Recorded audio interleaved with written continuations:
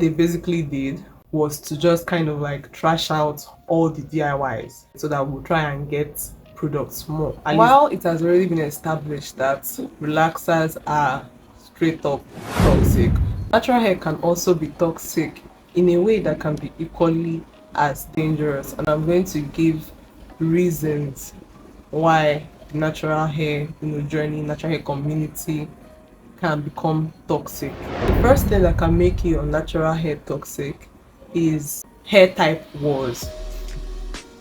Now, I don't know, but I'm going to be honest with you guys here. I know that you guys must have already noticed this, but there's a pretty natural hair, the type that everybody wants to have, but low-key doesn't talk about it. At a point, I was ready to do anything.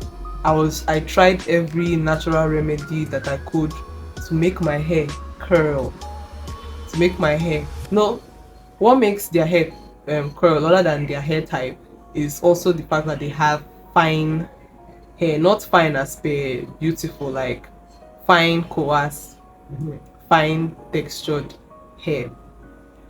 I don't know, those that have fine hair may give us reasons why fine hair is so difficult to handle and all of that. So where can this now become dangerous, right? Where can it become toxic? That's what you'd probably be wondering. There was this YouTuber I saw, I don't know her name, but her hair damaged because of some kind of things that she did to her hair, and somehow she was able to manage and work on that damaged hair in such a way that the hair was now curling. I don't have the money to pay for the class, but when I watched the YouTube video, it originated that her hair damaged. That was how her curl pattern changed.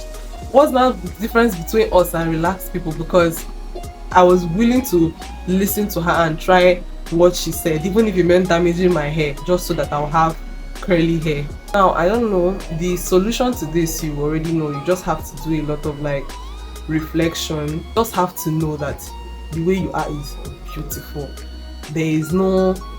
That doesn't mean that their own hair isn't beautiful, but all hair types are beautiful. My name on Instagram is her own kind of natural. You just have to be comfortable in your own type of beauty, in your own kind of you are beautiful in your own way. Your hair is beautiful in its own way. The second point is more like a question. Why are natural hair products, or products that supposedly cater to natural hair, why are they more expensive? This is something I've noticed. I don't know if it is just because they are supposedly using better products to make them and preserve them and all of that. But you will notice that the products that supposedly cater to, relaxed hair or other textures of hair are more easily available over the counter, and you can get them at different price ranges. There is a fit for you. Now, for me, I've grown my hair thus far. I've managed myself really well with mixtures of DIYs. I've not really gotten very expensive natural hair products, but by God's grace, I was able to get to this point in my natural hair journey that I am right now. So you can make it work. You can use the other available products.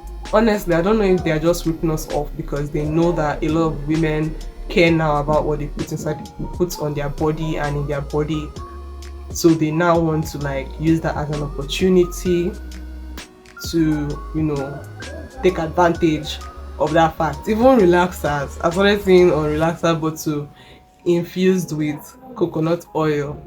Bombastic side eye. I don't know where they infuse the coconut oil inside the chemical and how that stops the damage that it does. But I've actually seen some good products that are actually quite affordable. At the moment I'm thinking about, I have a particular conditioner in mind. That conditioner is very affordable, especially with the Nigerian situation, and that should be one of the best that I have used so far. That's not to say anyway that those expensive or towards the high-end products are not good. Oh, they are good, they will work very well, but I don't know if you get, it's not everybody that is in that 1% of the 1%. Then the next, or let's say the last broad point that I want to talk about is what is actually good for our hair and what is actually not good for natural hair. When I started natural hair, we're all about the oils, the butters. Then of recent, they say oil is not good for your hair. This can come off as like confusing and annoying to a lot of people because there are a lot of things that keep changing up and down. Do this, don't do this, do the other one, don't do the other one, and so on. It can make someone get fed up. I don't know, let's just say it is discovery. Let me start from protein treatments, right? And remember I said that natural hair products are not easy to find, or products that cater to natural hair are not easy to find. At least I've tried for the areas that I've been in. Protein treatments, I've been hearing of protein treatments. Now to be honest, that should be one of the things that is lacking in my routine. Not lacking intentionally, but it's not easy to find the products, and most of the time it is not affordable. Let me not lie, right? In my how many years of being natural, more than 5 years of being natural, I haven't bought like protein treatment, like written protein treatment on it. I haven't done that, and I have high porosity hair that even needs the protein treatment. There was a time they were saying you could use egg, you could use rice water, and all of that for the hair. Now, I'm not saying that all those new, inventions and new suggestions have completely bad backing behind them, because I have a friend that actually suffered from fungus infection from using rice water. But why do I feel like it is just another way to kind of sell products? They told us that the eggs don't penetrate your scalp, this thing is too, don't penetrate your hair, the molecules are too big. What they basically did was to just kind of like trash out all the DIYs that we've been using so that we'll try and get products more. At least that's the way it's looking. There is no one that they now scientifically agree, because obviously most people, when you say scientifically this thing is good, we'll be very happy about it because science, it means that science is good for us. But what if science is actually a marketing strategy? Do you understand? So it was actually worrisome to me because I did use egg, I did use rice water, and to try and bring in protein. And of recent, if you're also looking for other protein, I think cloves should be safe now. Cloves has a high protein. I haven't heard anybody come yet to say the molecules of cloves, the protein molecules in cloves is too big and cannot penetrate the hair, because from what I've heard, people that overuse it saw the damage. Even rice water, those that overuse it dried out their hair. So if the protein is not entering the hair, how then did it dry out the hair? So our DIY is really not working on our hair. Then oils, I think my phone will soon go off. Then oils and shea butter, I mentioned, they said that it's no longer good for the hair, that all you need to do is use gel. Now from what I'm even researching, I found out that for high porosity hair, aloe vera and some of these gels, our hair doesn't really like it so much, that we should look for is it emollients?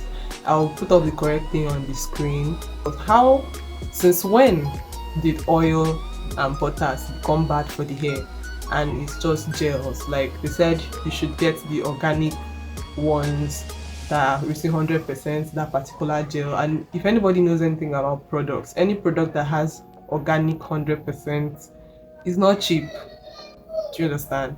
If you have any other thing concerning this topic of how natural hair can become, how the community has become somehow and can become toxic, do let me know in the comment section below. And if you've watched this far, we grow on this channel, so if you want to grow with us, don't make it your last. Subscribe, like, share to someone who you think needs this and who will give us more insights on any other thing. But this is just my take on what I've seen so far, and I look forward to seeing you in the next video.